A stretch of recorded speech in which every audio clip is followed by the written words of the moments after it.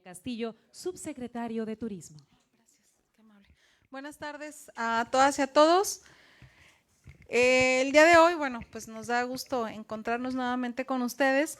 Queremos exponerles parte del trabajo que se ha venido realizando en los últimos días. Primero compartirles que el día de hoy ha sido una jornada de mucho trabajo con actividades de todo tipo.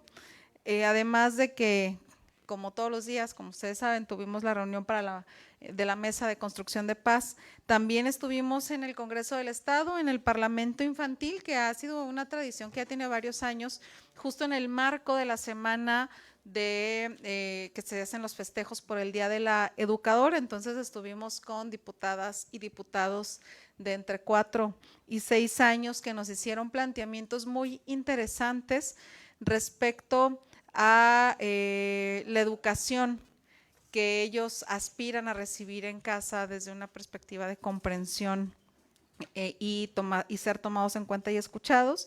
Estuvimos ahí mismo cuando se hizo o se llevó a cabo este simulacro nacional de sismo que coordinó en nuestro caso Protección Civil del Estado. La verdad es que fue un buen ejercicio.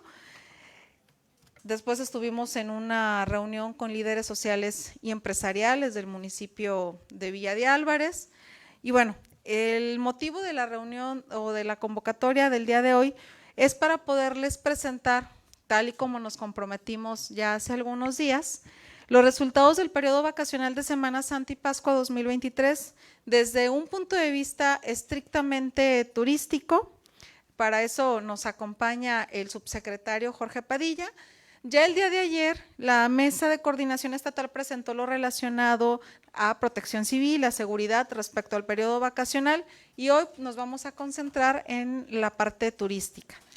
Y perdón, Jorge, te voy a ganar la nota, pero la verdad es que hay buenos resultados en materia turística. Queremos y estamos trabajando para que hacia adelante sean cada vez mejores, por supuesto, pero estamos convencidas y convencidos de que vamos en la dirección correcta, tanto en el crecimiento de ocupación hotelera, de la afluencia de turistas, como también en la derrama económica. Tenemos una tasa de crecimiento a 2 dígitos, es decir, arriba del 10% de crecimiento sobre el mismo periodo del año pasado, y eso para nosotros es muy importante. Que queremos seguir creciendo, que queremos más, por supuesto que sí, vamos a seguir trabajando en eso, pero insisto, vamos en la dirección correcta, seguiremos esforzándonos para que más personas conozcan nuestro estado, disfruten nuestro estado y regresen a Colima quienes ya lo han visitado, porque el turismo debe ser y puede ser un gran impulsor del desarrollo y de la generación de bienestar para las y los colimenses. Ya Jorge nos va a presentar lo relacionado también con la participación en el Tianguis Turístico hace algunas semanas, en otros eventos y, como les decía, todo lo relacionado a este último periodo vacacional que acabamos de concluir. Así es que les cedo el uso de la voz al subsecretario y al final, pues como siempre, estamos a sus órdenes. Nuevamente, muy buenas tardes y muchas gracias. Buenas tardes a todas y a todos, me da gusto saludarles. Muchas gracias, gobernadora. Efectivamente ya dio la nota. Bueno, les platico de diversas actividades que hemos emprendido. Ya algunas, he estado con algunos compañeros de los medios platicándolas. En días pasados, previo a Semana Santa, como todos saben, estuvimos participando en el Tianguis Turístico, pero alrededor del Tianguis Turístico hubo otros eventos, algunos que gestionamos con la ayuda de Fernando Escalona, el representante del gobierno de Colima en Ciudad de México, y otro que es producto de la iniciativa de la jefa de gobierno Claudia Sheinbaum para sacar el tianguis turístico a las calles. Este fue el caso del Festival Turístico de la Ciudad de México, que fue un evento que se realizó en Reforma, es un evento donde participamos los 32 estados y que permitió que gente que no paga su entrada o que no es directamente relacionada con el sector turístico en términos de negocios, aprovechara que estábamos todos en México para conocer los diferentes servicios, la propuesta gastronómica, nuestra propuesta cultural. En el caso de nosotros, fuimos acompañados de artesanos, fuimos acompañados de ballet del estado de Colima y estuvimos en un evento con una presencia de marca ante 208,000 personas. Es el cálculo que nos pasa la Ciudad de México. Lo que sucedió en Reforma fueron 280,000 personas visitando y en el escenario 24,000 personas, donde, como les comentaba, presentamos al ballet de Colima por aquel lado. El Ballet de Colima en este caso estuvo conformado por amigos de Villa de Álvarez y por otro lado por gente de Colima que vive en Ciudad de México, que resulta que son egresados de la Universidad de Colima. Nos apoyamos en ellos para tener una estampa como pueden ver en las fotografías.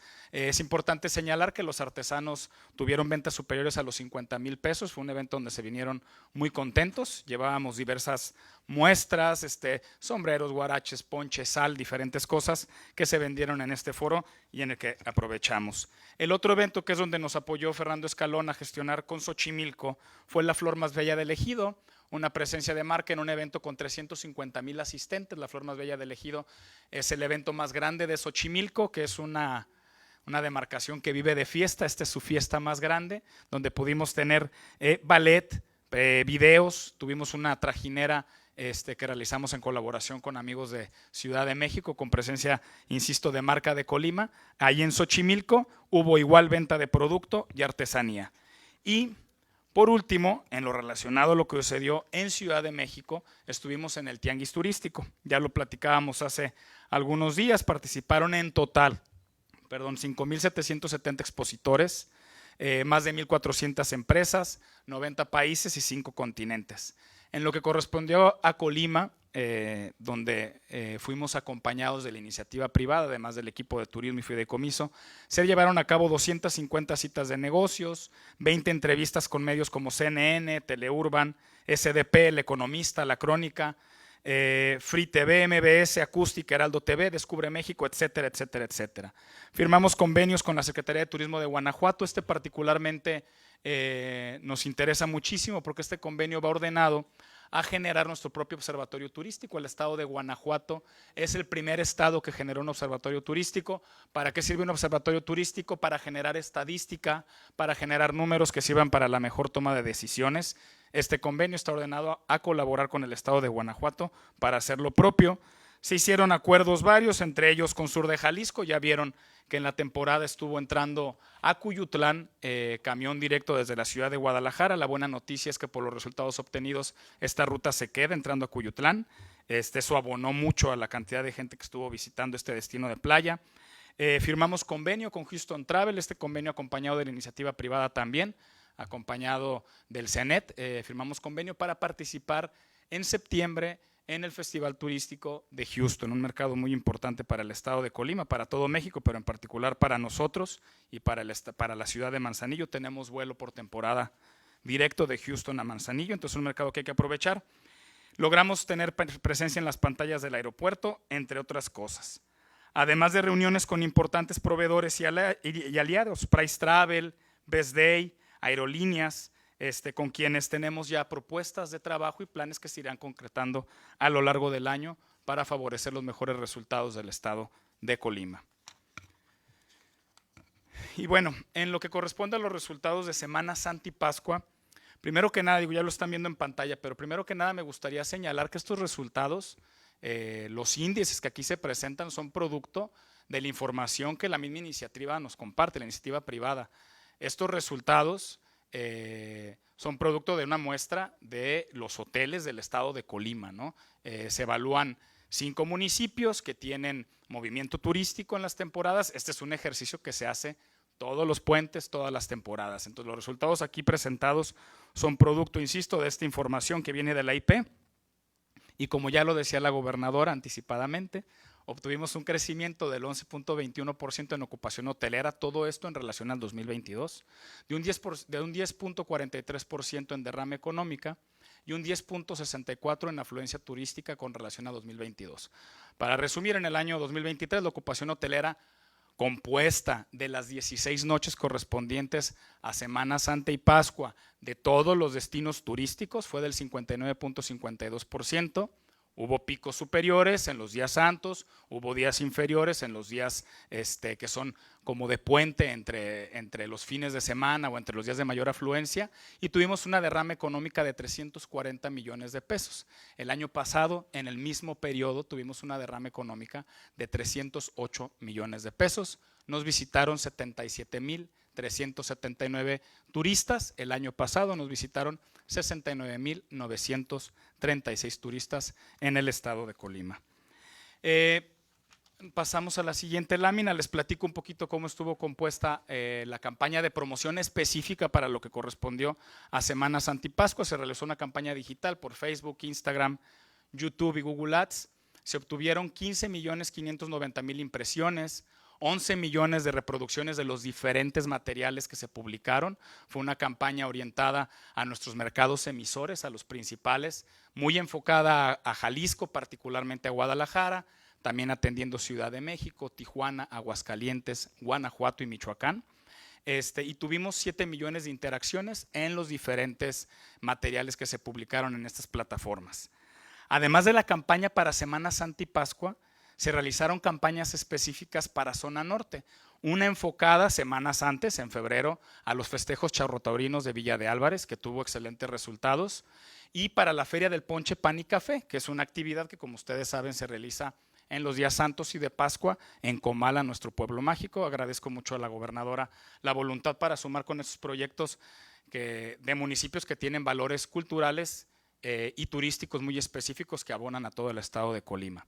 Se atendieron otras zonas, como decía hace rato, aparte de Manzanillo, donde hubo muy buena respuesta en afluencia turística, ya decía Villa de Álvarez, Comala, pero también el caso particular de Cuyutlán. Tenemos muy buenos comentarios de lo que sucedió en Cuyutlán, nuestro primer destino de playa en el estado de Colima, y nos da mucho gusto que estar poniendo el foco en el tema de Salinera y de lo que sucede en Cuyutlán y su historia esté rindiendo frutos y haber podido fortalecer su conectividad terrestre para generar estos resultados.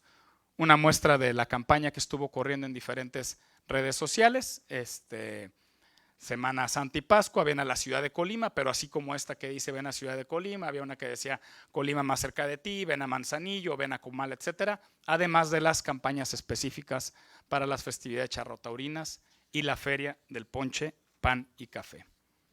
De mi parte en este momento es todo. Muchas gracias.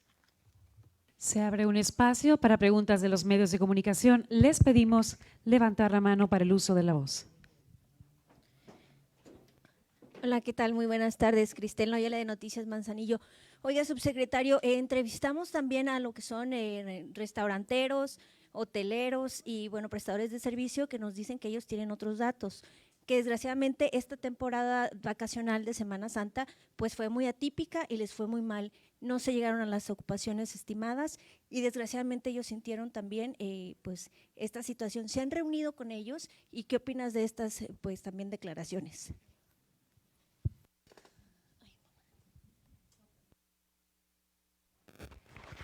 Muchas gracias, Cristel. Bueno, los resultados se acaban de cerrar el día de ayer, ¿no? Entonces, esta es la primera presentación que hacemos de los resultados. Me gustaría reiterar que estos resultados son producto, insisto, de la información que los mismos hoteleros comparten. O sea, de ahí viene esta información que les estamos compartiendo. ¿Por qué la diferencia en apreciación? Bueno, son apreciaciones. Escuché algunos de los comentarios que decían no fueron lo esperado. Lo esperado pues tiene muchos colores, ¿no? Tiene muchas maneras de verse. Lo que sí te puedo decir es que la manera de comportarse del turista este año particularmente cambió. En lugar de tener picos del 95% que efectivamente no existieron en los días santos, tuvimos una composición del arribo de turistas en días que no eran típicamente buenos. Desde el lunes de Semana Santa tuvimos gente presente en el estado de Colima y eso hace, efectivamente, si el comentario es, oye, yo estaba esperando tener un día al 100%, al 98%, muy pocos hoteles reportaron Sin embargo, sí reportaron resultados muy positivos en los demás días de la temporada. ¿A qué le atribuyo un poco este comentario también? Me imagino que tiene mucho que ver con la voluntad del sector turístico. Es un sector que conozco, tengo muchos amigos ahí, que es vocal, que se expresa y que quiere más. En ese sentido comparto con ellos la visión de que queremos mejores y más resultados, y de alguna manera intuyo, sin estar yo en sus zapatos necesariamente en el por qué expresaron ciertos comentarios, intuyo ganas de apretar para que esto se dé más y mejor. Pero sí hubo un cambio en la composición del arribo de los turistas. No llegaron necesariamente desde el jueves. Comentario específico de hoteleros de la ciudad de Manzanillo particulares, yo tuve gente desde el lunes a diferencia de otros años. Muchas gracias. Buenas tardes. Bueno, un par de preguntas para cada uno. Muy bien. Subsecretario, vemos que es evidente que excluyes a Manzanillo de las campañas, vemos que impulsas los eventos de los municipios de Comala, de Villa de Álvarez, que bueno, al final son eventos municipales, no estatales. Sí los apoyas, pero no vimos que nos dijeras de los eventos que se realizaron en Manzanillo, donde fue el punto más importante de turismo. Bueno, el Por cierto, comentario- bueno, para empezar, ¿no? Sí. Nos es evidente que estás excluyendo Manzanillo. No sé por qué razón. Quisiera que nos dieras esa razón por qué lo excluyes de la coordinación. con el No hay una municipio. exclusión definitivamente. Si vemos ahí de- tu publicidad, en ninguna presentaste Manzanillo ni hablaste de los datos de Manzanillo, siendo que es el punto más importante y todos sabemos que Manzanillo fue el punto más importante de turismo y no dijiste nada. Una. Y la otra, dices que en tus paseos por la Ciudad de México tuviste los artesanos y las personas que acudieron en promedio tuvieron 50,000 pesos de ganancias. Preguntarte cuánto fue la inversión que destinó la Subsecretaría de Cultura para estos eventos, para los de Xochimilco, para lo de las ferias y estos eventos donde solamente se trajeron 50,000 pesos los artesanos que fueron, de acuerdo a tus datos que diste.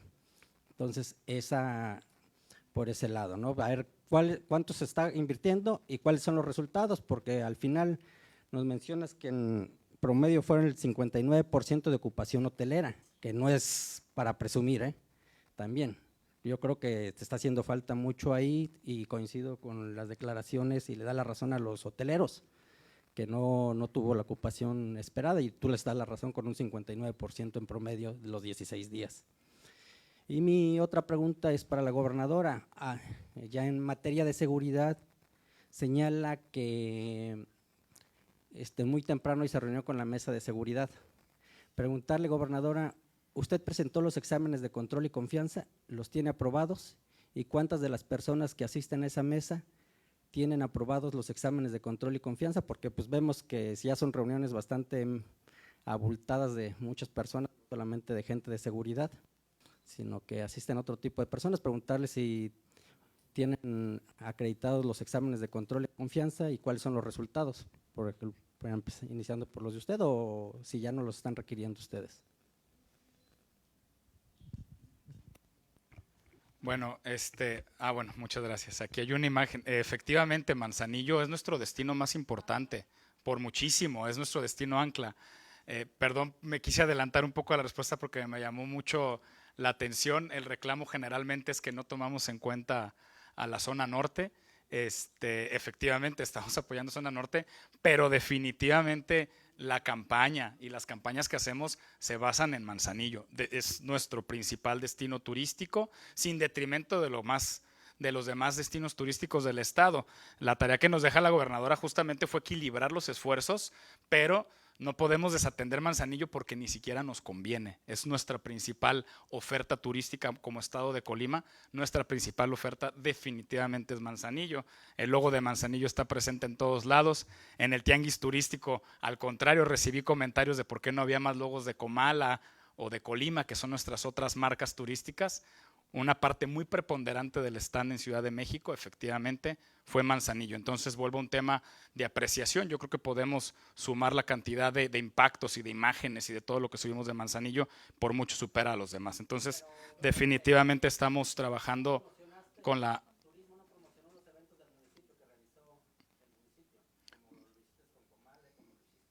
Bueno, y no promocionamos tampoco eventos particulares de armería, pero promocionamos el destino de armería que es Cuyutlán. Hay diferentes maneras de atender. Que Comala y Villa de Álvarez nos solicitaron un apoyo específico y ese fue lo que se realizó con ellos, ese trabajo en equipo. Pero insisto, Manzanillo es nuestra principal ancla todo el tiempo. El reclamo habitual histórico es que no se atiende zona norte. Con respecto a la venta de artesanos, el objetivo no era ir a vender artesanía. Creo que ahí hay un error de perspectiva, de apreciación y puede ser mi manera de exponerlo. El objetivo no era ir a vender artesanía, lo que hicimos fue invitar a los artesanos a que se subieran a una actividad sin ningún costo para ellos, para que sacaran un provecho, dado que ya íbamos a Tianguis Turístico en Ciudad de México, y parte de la actividad que realizamos en el Tianguis Turístico es hablar de nuestros valores culturales, artesanales, gastronómicos, etcétera. En el stand de Tianguis Turístico se presenta artesanía de Colima, de los diferentes municipios, se presentan productos gastronómicos del estado, además de nuestra oferta hotelera, de nuestros destinos de playa, etcétera, ¿no? Entonces el objetivo no era realizar una venta, esa fue una ganancia añadida para los artesanos que generalmente cuando van solamente a exponer, no a vender. Lo que se abrió aquí es una puerta para que ellos pudieran vender y la aprovecharon, ¿no? Más bien fue ese el tema que hicimos en los casos donde incluimos artesanos, fue fortalecer y enriquecer la presencia del Estado junto con ellos, y ellos tuvieron un valor añadido que no les costó nada, ¿no? Ellos se trasladaron. La Subsecretaría de Cultura, habías dicho, de Turismo, para el evento de Tianguis de Festival Turístico no tuvo, bueno, mira, aquí está la presencia de marca de Manzanillo, evidentemente, o sea, en todo el stand, ¿no? El parador fotográfico más grande era el de Manzanillo ahí en Ciudad de México. El Festival Turístico no tuvo costo, Ciudad de México corrió con los gastos para que pudiéramos montarnos ahí. Tuvimos costos de traslado nosotros, no traigo la composición específica ahorita del costo del traslado de camión, pero Tianguis Turístico, asistir completo, con stand y todo, tiene un costo cercano a los 2,5 millones de pesos. Y nosotros lo que hicimos fue aprovechar más actividades alrededor, justamente para que lo que ya se invierte en un tianguis, la gran bondad de haber realizado este tianguis en Ciudad de México, además de que estás cerca de los prestadores de servicio, cerca de los proveedores, cerca de los medios de comunicación, más que en otros estados históricamente se realiza en Acapulco, la experiencia para los estados y el comentario general de secretarios y subsecretarios de turismo fue que México fue una gran oportunidad. Nosotros aprovechamos y expandimos lo que ya estábamos invirtiendo para estar en otros 2 eventos. Entonces el objetivo no era vender artesanía, fue una ganancia, no más de 2 millones, fueron datos superiores a 2,5 millones de pesos, porque es la fabricación del stand, es el traslado de toda la gente, es el montaje, etcétera, etcétera, etcétera. Muchas gracias. Bueno, del tema relacionado con la Mesa de Construcción de Paz y Seguridad, las personas que realizan su examen de control de confianza, pues son a las que se los exige la ley. Entonces,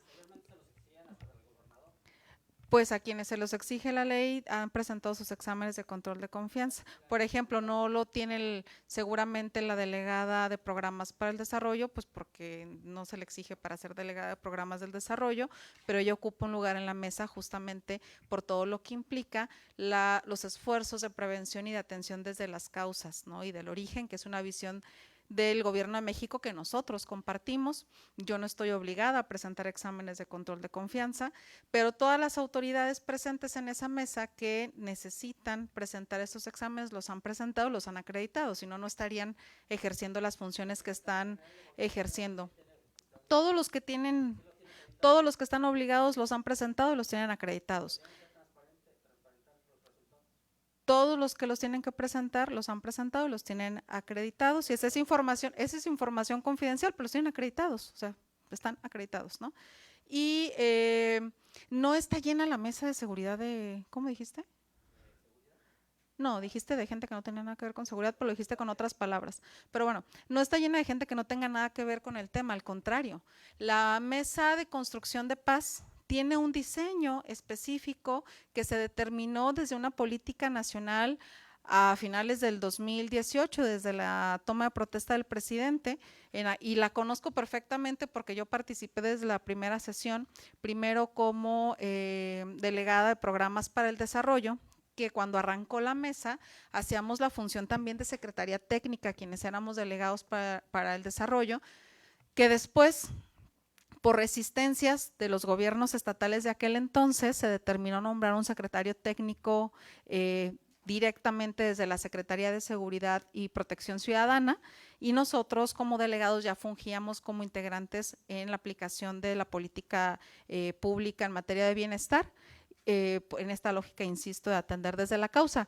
pero quienes integran esa mesa han sido exactamente los mismos desde que arrancó. Son los representantes de las fuerzas federales, Sedena, Marina, Guardia Nacional, el delegado de la Fiscalía General de la República, en el caso de autoridades estatales, la Fiscalía General del Estado, obviamente tu servidora que le encabeza, la Secretaria General de Gobierno, el Secretario de Seguridad Pública, la Secretaria Ejecutiva del Sistema Estatal de Seguridad Pública, el director del C5 y de manera rotatoria, digamos, hemos estado incorporando a invitados especiales a la mesa, que eso es algo que también marca la propia normativa de los acuerdos del funcionamiento de la misma, es decir, llevamos un seguimiento, por ejemplo, de los temas de género, entonces cada semana y cada 15 días nos acompaña la directora del ICM específicamente para tratar el tema de género y se retira de la reunión, nos acompaña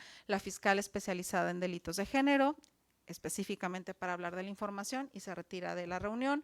Nos acompañan así de forma quincenal, por ejemplo, el presidente del Supremo Tribunal de Justicia del Estado, en esta lógica de que la labor no concluye solo con la investigación que pueda hacer la Fiscalía, sino que después cuando pasa al Poder Judicial, pues es importante que haya comunicación entre todos quienes participan en estos procesos y entonces a partir de esto se han logrado generar conversatorios entre los ministerios públicos, entre la propia Secretaría de Seguridad Pública estatal y las municipales también, y el propio Poder Judicial, precisamente para poder ir homologando criterios, porque es uno de los temas que nos han generado también algunos curvas de aprendizaje.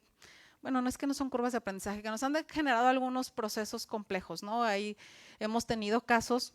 Debo de aclarar que en el Poder Judicial de la Federación, no en el estatal, en los que un mismo juez en una misma situación toma resoluciones completamente distintas, ¿no? Entonces, por eso es tan importante que existan estos conversatorios entre Ministerio Público, primeros respondientes y Poder Judicial, sea estatal o federal, que nos permitan conocer cuál es la manera en la que los jueces aplican los criterios legales y que de esta forma se pueda mejorar todo el proceso previo a la judicialización de una carpeta. Entonces, bueno, quienes participan de la Mesa Estatal para la Construcción de la Paz son estrictamente personas relacionadas con los temas de seguridad y de impartición de justicia.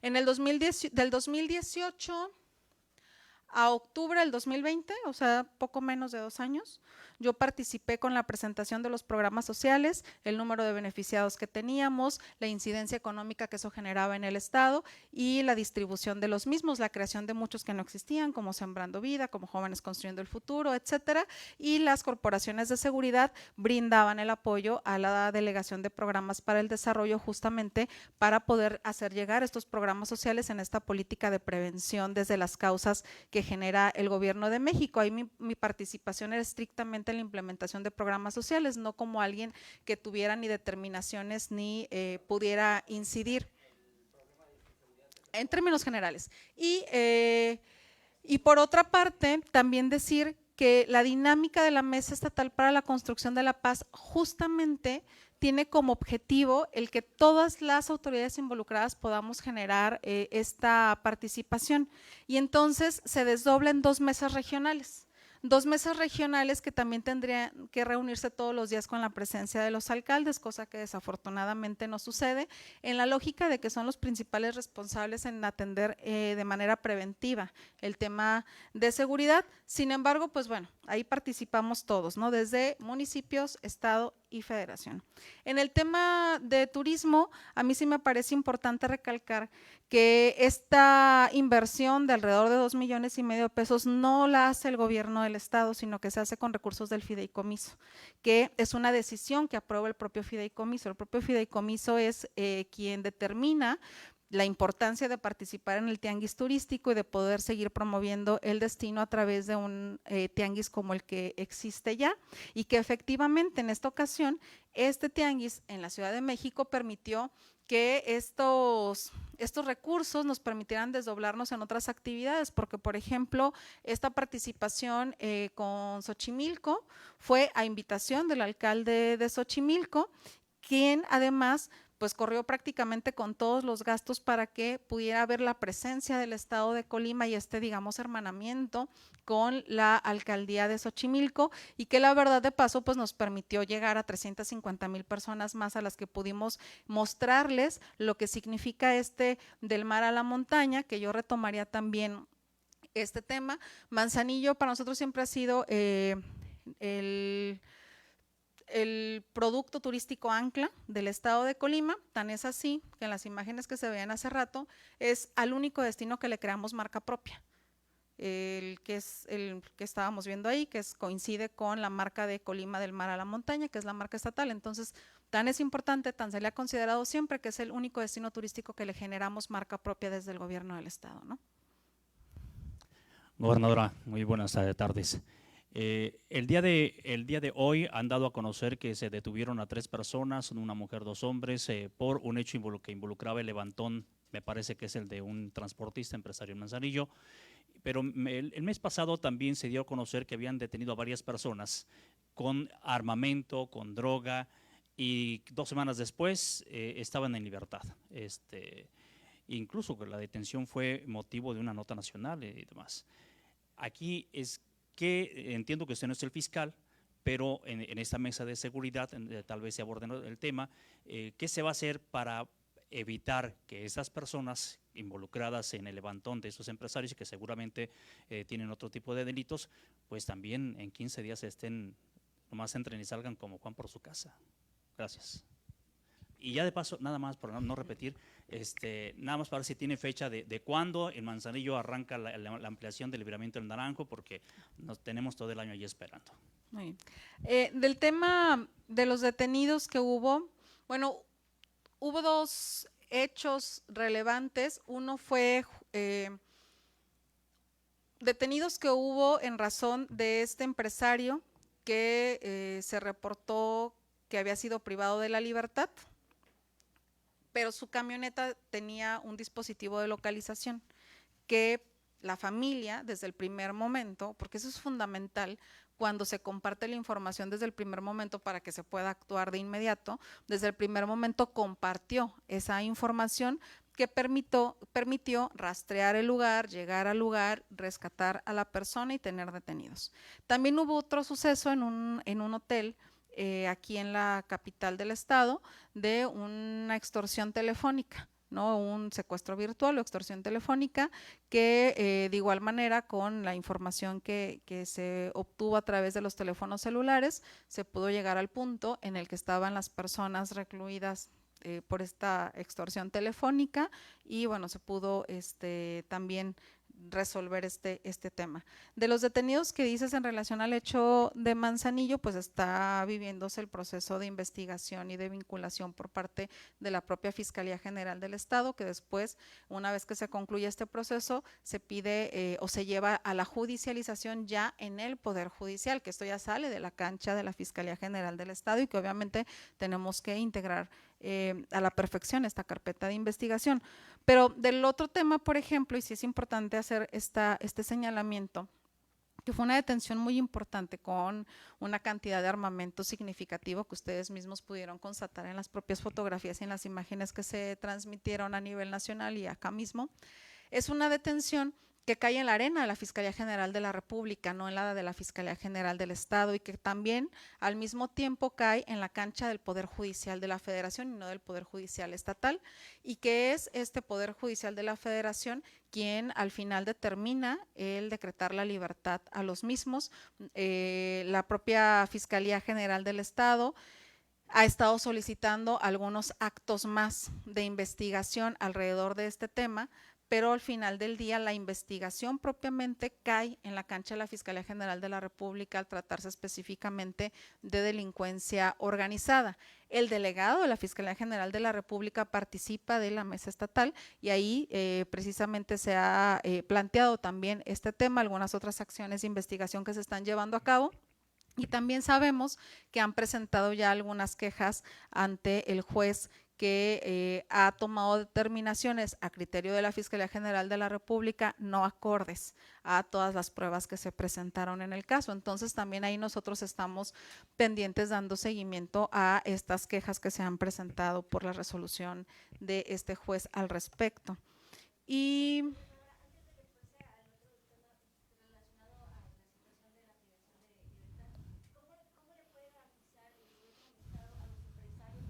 y de todo el estado, disculpe, pues que van a trabajar para que este hecho no vuelva a ocurrir, porque se siente y nos han expresado también el tema de pues temor de que les pueda suceder a ellos.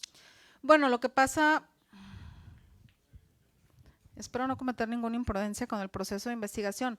Lo que pasa es que también hay que dejar claro que uno de los detenidos en este suceso es un familiar de la víctima. Entonces, seguramente de ahí se filtró información de la víctima. A mí me parece que hay que dejar claro que no se trata, o al menos aparentemente, hasta que no concluyamos la investigación, de un grupo que se dedicara a llevar a cabo acciones específicamente como esta, sino hay una relación ahí de una persona cercana que participó en este hecho, ¿no? Y bueno, del otro asunto, la verdad es que yo entiendo un poco el sentimiento, Jesús, de cuando por fin ya el libramiento. Hemos estado avanzando, resultó que no se tenía la liberación de todo el derecho de vía, por ejemplo, de ese tramo, y que nos ha tomado un poco de tiempo. Ahí el gobierno del estado nos involucramos a poder ayudar y facilitar este proceso. Ya por fin lo concluimos, como ya por fin también se concluyó el del puente Tepalcates, que ya se terminó todo el proceso que se tenía con Profepa. Se hicieron algunas adecuaciones adicionales que se solicitaron para ya finiquitar este asunto, y entonces ya la empresa, que por cierto tuvimos una reunión, bueno, la Secretaría de Infraestructura la semana pasada con ellos, ya se comprometieron a que en el mes de mayo tienen que arrancar ambas obras. Nosotros vamos a estar ahí muy pendientes de ello.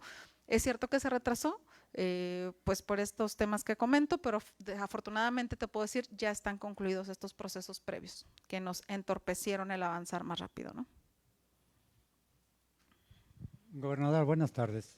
Únicamente para hacer una pregunta, y espero que sí tenga algún dato. Hoy se cumplen 8 meses del sismo del 19 de septiembre. Vemos, por ejemplo, que el Complejo Casa de la Cultura, lo que es sus talleres, su auditorio, el mismo museo, las oficinas administrativas y demás, e incluso esta parte del edificio, la parte alta, también se encuentra dañado. No hay inversión. ¿Qué ha pasado? No hay recursos, hay desinterés del gobierno federal de apoyar, usted no tiene recursos para meterle a estas acciones. Tengo datos que me hicieron llegar de 38 escuelas que se habían reportado como dañadas, son 7 que necesitan ser prácticamente reconstruidas. ¿Qué se ha hecho? ¿Qué avances se tienen? ¿Por qué no se avanza todavía? A ver, todo lo que todo lo que es identificado como fundamental o como primordial, el caso de hospitales, por ejemplo, se atendió de inmediato, y en el caso de escuelas, no son escuelas que en su totalidad necesiten ser reconstruidas, son áreas específicas que necesitan intervenciones mayores. De pronto en alguna escuela es un aula, en otra escuela es el módulo de baños de niñas, en otra es el área de administrativa, o sea, no es que, o el área de comedores o de la cooperativa escolar, no es que sean escuelas que requieran reconstrucción total, y por lo tanto la mayoría del funcionamiento de las mismas se mantiene normal, obviamente nada más aislando este espacio que pudiese representar un riesgo para que ese es el que no debería de estar siendo utilizado.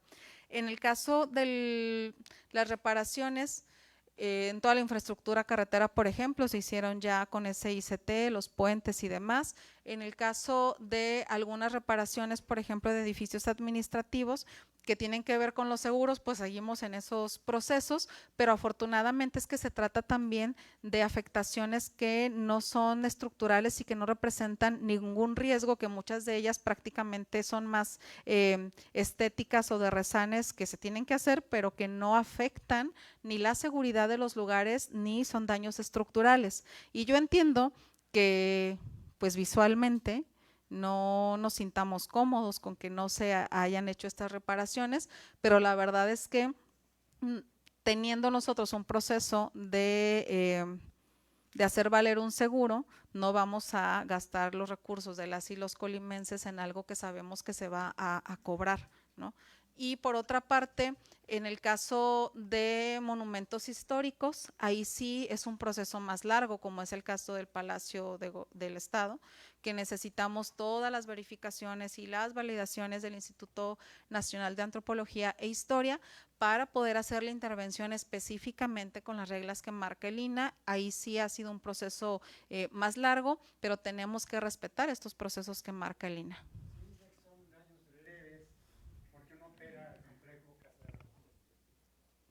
¿El complejo Casa de la Cultura?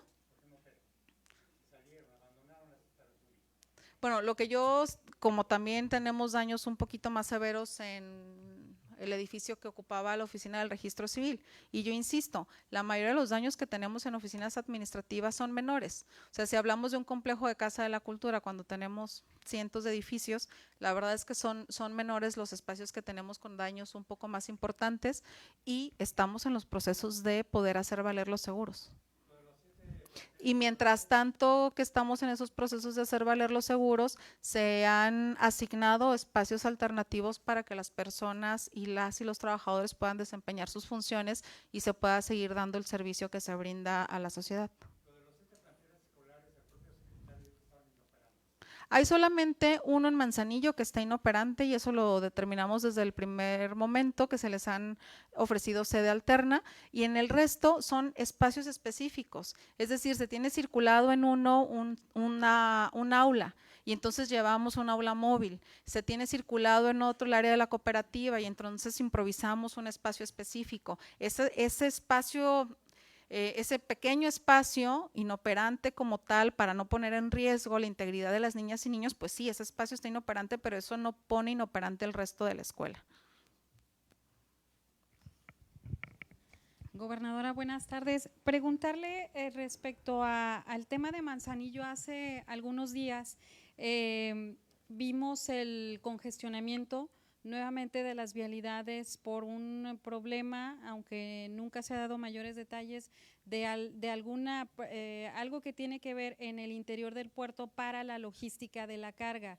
Si bien es cierto, lo que es todo lo que opera dentro del puerto corresponde a la federación, sin embargo, toda la problemática afuera impacta de manera directa a la sociedad. Por ejemplo, vemos de repente vialidades congestionadas, y es una situación que se ha venido repitiendo. Incluso hay ciertos meses, creo, que están ya, que por lo menos en los últimos años ha ocurrido, por ejemplo, cuando se acerca la temporada decembrina, por toda la carga que está llegando al puerto de todas partes del mundo para descargar la mercancía y que salen finalmente por nuestras carreteras. Entonces, pues estos problemas de vialidades generan impacto a la sociedad en áreas municipales y también en áreas municipales. Ya vemos, por ejemplo, también aquí, entiendo que el Libramiento Ejército Mexicano es del Estado, y vemos ciertas horas también que hay como horas picos de movimientos de carga peligrosa y demás. Entonces, preguntarle si se ha analizado con la federación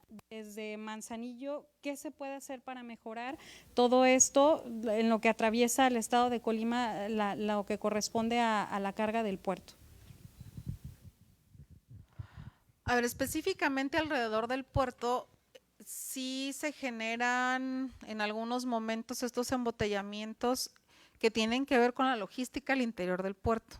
Estos espacios al exterior del puerto, la mayoría, si no es que todos, si no me equivoco, son municipales, y se ha acordado en la mesa regional junto con el ayuntamiento y la Guardia Nacional, porque algunos espacios son de Guardia Nacional, los menos, y otros son municipales, el poder hacer un trabajo conjunto también para poder implementar algunas sanciones. ¿Qué sucede? Y la verdad es que sí parece un poco burocrático, pero lo que pasa es, el puerto asigna citas para la recepción de mercancía, y entonces muchas veces la mercancía que va a esta cita, si tienen su cita a las 11:10, llegan desde las 9:30, y se genera un congestionamiento impresionante.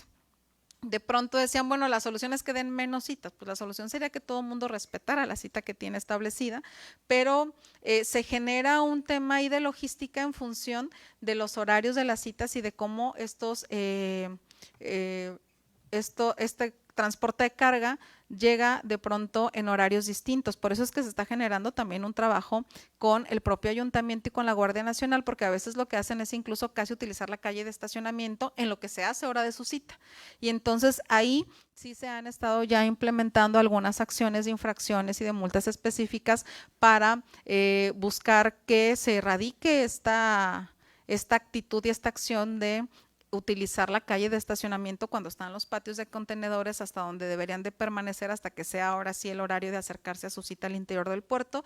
La verdad es que no es, o sea, platicado así pareciera como, pues qué fácil, ¿no? Respeten su cita y listo, pero cuando hablamos de miles de contenedores moviéndose todos los días, el proceso de ir generando esta logística no ha sido sencillo, se ha venido disminuyendo y de pronto volvemos a tener picos y otra vez reorganizamos porque ha habido mucha voluntad de Asipona y demás autoridades y otra vez se viene así como un momento de estabilidad y de pronto otra vez el pico, ¿no? Es como irnos reeducando tal vez en el proceso de cómo respetarlo. El otro tema que tiene que ver con lo que transita por nuestro estado, pues una acción importante, bueno, también hay una serie de obras que ya se están haciendo ahí en Manzanillo, que eso también va a ayudar a resolver en parte. Una acción importante es, bueno, ya el nuevo puente de Palcates, ya la ampliación a 6 carriles de Manzanillo a Cuyutlán y después la ampliación de Armería hasta Colima a 6 carriles, que también ya va muy, muy avanzado ese proyecto. Yo creo que junio a más tardar tendríamos que tener ya prácticamente el arranque también de la ampliación a 6 carriles de este otro tramo que incluye el de la Salada, que es donde más accidentes tenemos. Y en el caso del Ejército Mexicano, sí se han generado como algunos picos, pero tienen más bien relación con las reparaciones que se están haciendo. Y nosotros sí intentamos sensibilizar a la sociedad en ese sentido, porque es una vialidad que ya tenía afectaciones muy importantes, que desde que se construyó hace 20 años no había tenido ningún tipo de mantenimiento y que era urgente que se hiciera este mantenimiento. Entonces, en estos procesos de mantenimiento, que en algunos tramos ha incluido incluso levantar las losas completas de concreto, pues se inhabilita al 100% un carril y eso hace que se generen estos picos de tráfico en este preciso momento en el Ejército Mexicano. Nosotros creemos que ya una vez concluida esta obra vamos a poder disminuir otra vez estos picos que tenemos de tráfico y no quitamos el dedo del renglón sobre el nuevo libramiento.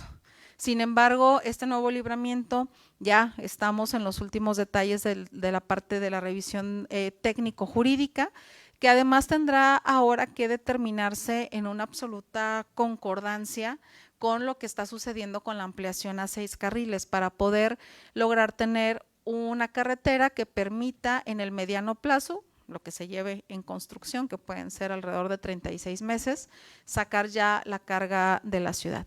¿Quedaría descartado el proyecto que se había iniciado del libramiento? Sí. Sí, sí, te voy a decir, porque estamos en ese proceso jurídico, pero te voy a decir por qué yo prácticamente tajantemente digo que sí. Porque ese proyecto se hizo como una asignación directa de obra, cosa que está prohibida por la ley cuando lleva recursos públicos. Cuando es solo recursos privados sí se puede hacer la asignación directa, pero ellos hicieron una asignación directa que implicaba recursos públicos porque lo que ponían como garantía era las participaciones federales del Estado a lo que a voluntad de la empresa, ¿no? La empresa decía, si no gano 60 millones, te los descuento, y sin tener ningún estudio de mercado ni mucho menos. Igual lo pudieron haber hecho, pero con autorización del Congreso. Es decir, cuando lleva recursos públicos, requiere autorización del Congreso. Entonces, el solo hecho de haber asignado de manera directa a una empresa, o sea, sin ninguna licitación, pero comprometiendo recursos públicos, es ilegal. Pero además de eso, lo más grave es que lo que no sirve básicamente de ese proyecto es que no había un proyecto ejecutivo como tal. De verdad, literal, solamente había una línea en una fotografía de Google Maps que atravesaba el Licenco, las canchas de básquetbol del Licenco.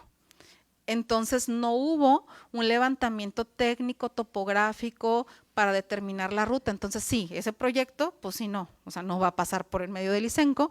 Se está encontrando y buscando una ruta que sí permita realmente resolver el tema de esta comunicación tan necesaria para Colima en términos del transporte de carga. Damos por terminada esta rueda de prensa. Agradecemos a las autoridades y a los medios de comunicación que nos acompañaron. Gobierno de Colima.